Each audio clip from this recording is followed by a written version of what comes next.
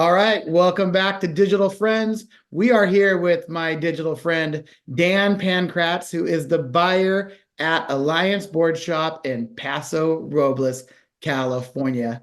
How are you, Dan? Doing well. I thought we were more than digital friends, but I mean, this day and age, it's been a while since we've been non-digital. So, Yeah, lately we just no, talk on the phone, the yeah, Instagram, the yeah, text messages, a lot of text messages, lots. sending jokes back to each other because we're a bunch of jokesters. Yes, we are a bunch of jokes. You're my ghostwriter for all my good jokes. Yeah, So the if good anyone ones. ever hears a good joke, it's because of Mike. That's great to me. Well, we didn't get down here to talk about jokes, but you can catch Dan hosting a monthly comedy night in Orchid, I believe, in Yes. Orchid, California. We call to talk about the retail floor. As I mentioned, you're at Alliance Board Shop, which has been in business for 23 years, almost 24, right? Yeah, something like that. At least 20. I know that. I've been here for a little over 2 years. Yeah, and you've been there 2 years as the buyer.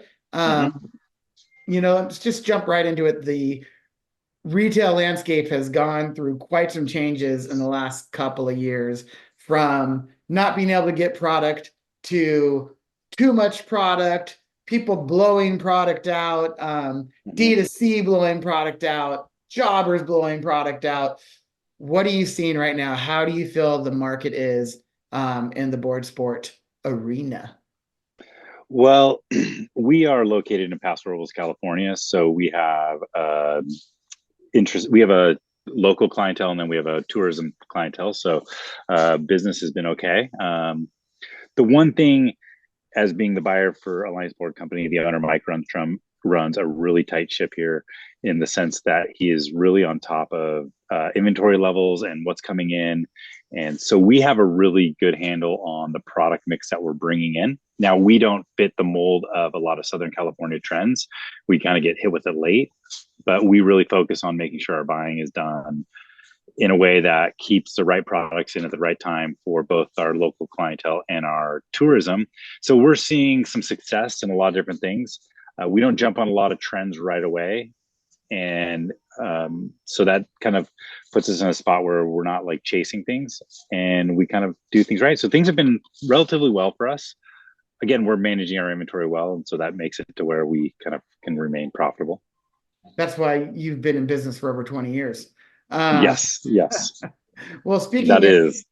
you said you guys, you don't just jump in on the newest thing or whatever. Mhm. Um, what are some new brands that you've brought in for 24, whether it's still skate Well, or snow?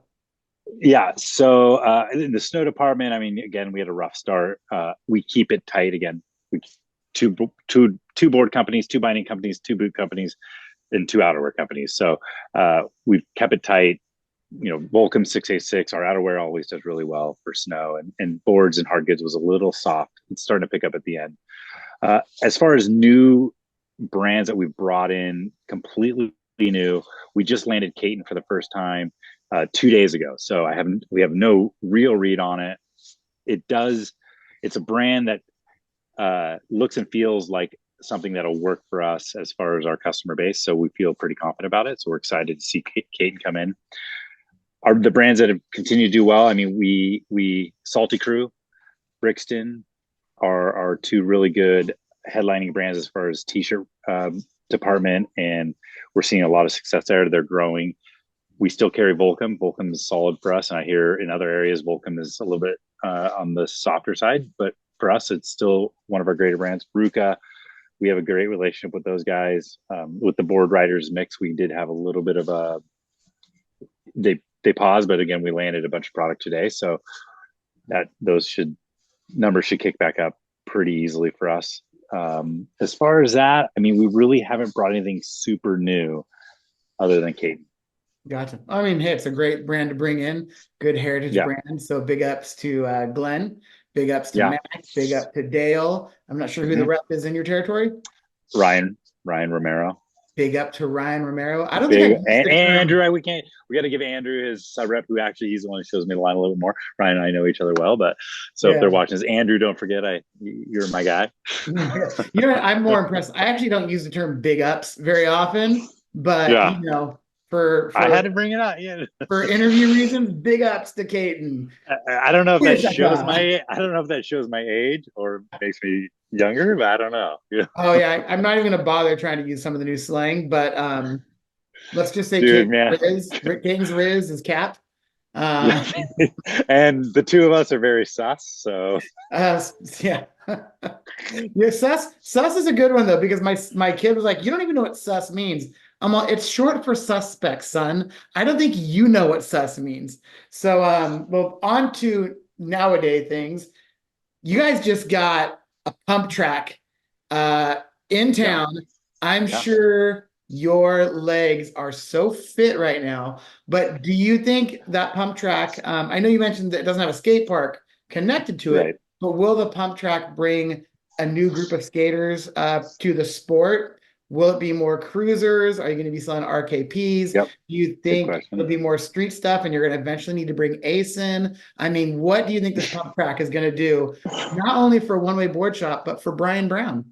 Well, first of all, I won't do much for one way board shop because I'm at Alliance Oh, nowadays. But that's okay, everybody. I still, hey, we'll turn that into it's my next question. What will it do for Alliance Board thank Shop? you.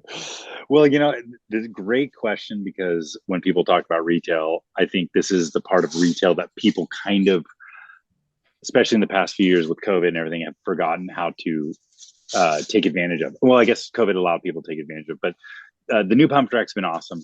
Yes, my legs are in great shape. If you can make it 3 times around the big pump track without stopping, I think you're in great shape.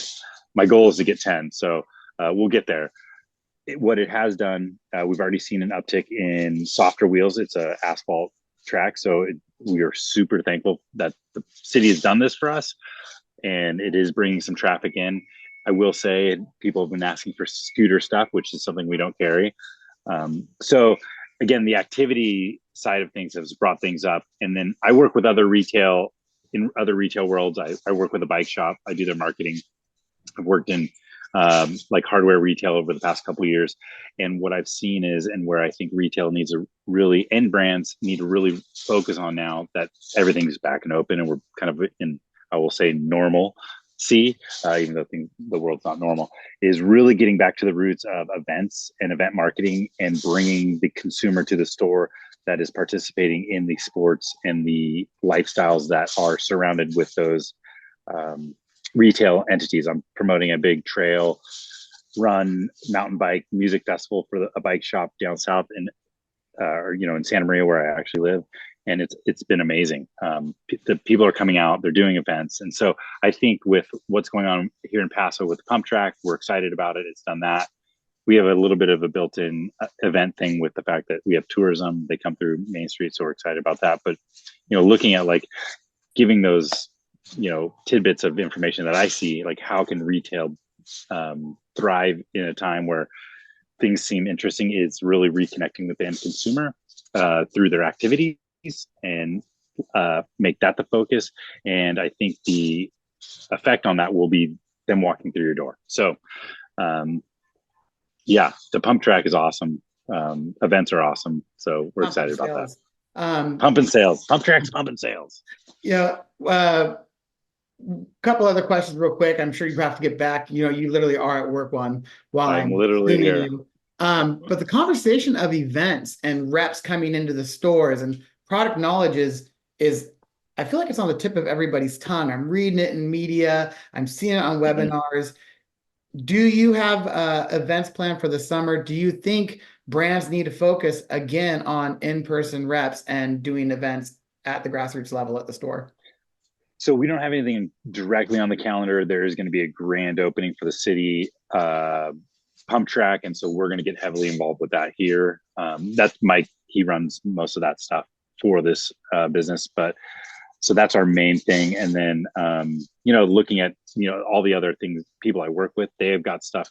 They're looking at putting things on the calendar, whether it's an in-store small band coming in to play some music, or just even just straight up open house, like, hey, customers, we're excited that you're a customer. Come in. We're going to have snacks and drinks for you guys. Let's high five and get back to it. So brands, looking at what brands can do is finding the retailers that are successful right now, that are carrying the product, that are out there and they're willing to do events with you guys and partnering with them. I think right now the end consumer will gravitate towards it. And if we get back on a regular cadence of having events in stores, whether it's just our store or brands are getting around to other stores, it's going to be beneficial.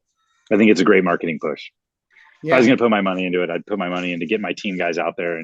And I mean, granted, social media is a way people are connecting. And I look at my kids and younger generation, they do connect really well with social media. But on the flip side, using social media to go, hey, we're going to be here this day. Let's show up.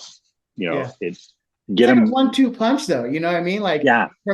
I've always said when you're doing an event, you got to have the preparation, you have the bomb, which is the event, and then you have the aftermath, which I remember back in the days when not only I do events for the companies I worked for, but like, when Listen Skateboards was around, we'd do events and people would talk about those events for months and years.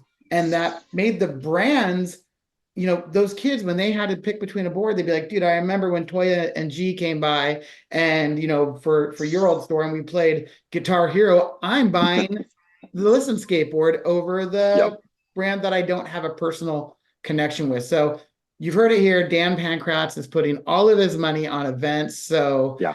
And I mean, again, just to echo that, I mean, the bike shop I work for in Santa Maria, I hosted 2 events for those guys. That's my other kind of gig outside of this, is helping people put on events. And I met with him this morning and he was like, Dan, I can't tell you how many people. The second event was much smaller and he's kind of getting a little fearful, but this week I've had so many people coming. When's your next event? When's your next event? When's your next event? So the end consumer is looking for it. I mean, people in communities are looking for things to do. And so retail has a platform.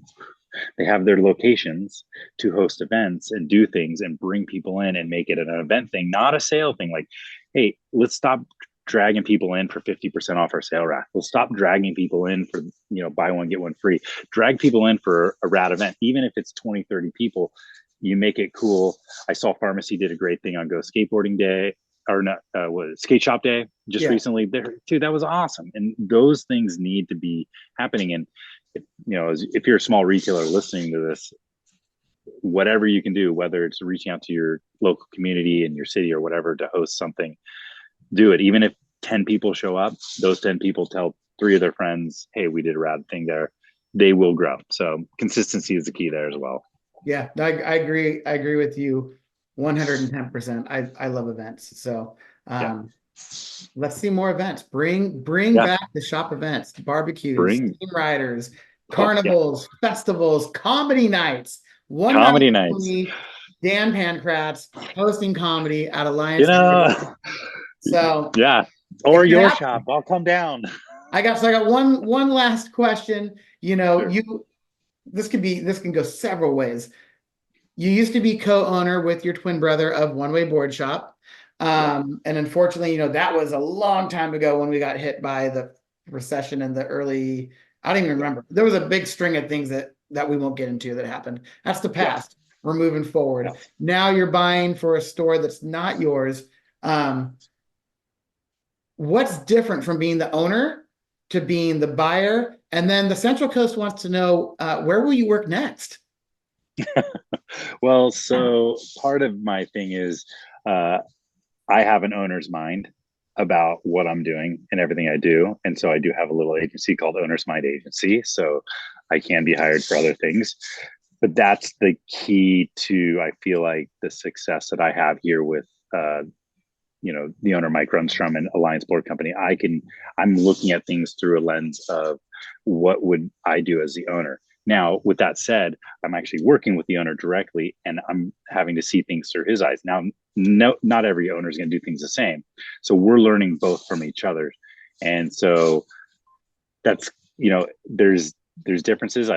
There's things I like about it. There's things I'm like, I do things differently, but I'm in a constant state of learning on how he would want things done and then taking the process as he have and then putting my flavor into it. So Yeah, I mean, it's not to say I wouldn't do something again in the future, but I'm really enjoying taking what I've learned over the past 20 years of having my own thing and being a resource to other people. Yeah. It brings me just as much joy as if it was my own. So I have the same anxiety at home when I'm sleeping, thinking about everybody I work with. I'm like, oh my gosh, what do we got to do next? How do we keep things going? Like, what's the next move? What strategy we got to take to continue Yeah. to keep our customers engaged? It probably keeps a good checks and balance though, because before it was you and your brother, and you were young, and you were like, "I have a great idea," and Dave's all like you, and he's probably like, "Great idea," and then you did it, and you're like, "Horrible idea." Now you're like, "I have this great idea," but you have somebody that you're not related to, and like you said, you have to look through their eyes, and it probably helps you pump the brakes and be like, "This is why this will work," or "This is why this won't work." Yeah. Let's think it through. Well, yeah, and it's actually allowed me to help, and it makes it frustrating with some of the people I've worked with in my agency in different retail areas, not this one in particular, where I'm watching people go through some of the mistakes that we did, and we had blinders on because a lot of times the owner thinks, we owners think we know everything. In reality, we know what we're really good at, and when an owner starts with something, they're doing everything. But as you grow and scale, you got to realize and I'm seeing that in some of the other areas, you don't know everything, and making sure you have the right people in place that are going to be able to go to be their checks and balances as well. So, I check and balance the owner I work with. He checks and balances me. There's a lot of approval process goes on, and it allows for us to work smoothly together. But, like I said, like I watch some people I work with go through the same mistakes, and I'm like, I feel like I'm a parent talking to a child, and I'm like, I guess you're gonna have to learn this one on your own, but I've been where you're at, and I've had the same fears. Yeah. So Times are changing, but times sometimes are some of changing. these problems don't, or these ideas Yes. don't. Yes. Well, super psyched that you're at Yeah. Alliance and that they have 20 plus years under their belt. Yep. Wishing them 20 plus more under their belt. Eventually, Brian Brown's going to get that ace order, so we He can will. bank on that. And I appreciate you taking the time with us, and thanks for joining Digital Friends. Yeah. Digital friends. Thank you. Yeah. Take care, Mike. Later, homie. Where's the stop recording button? I There don't it know. is. You guys. I'm learning.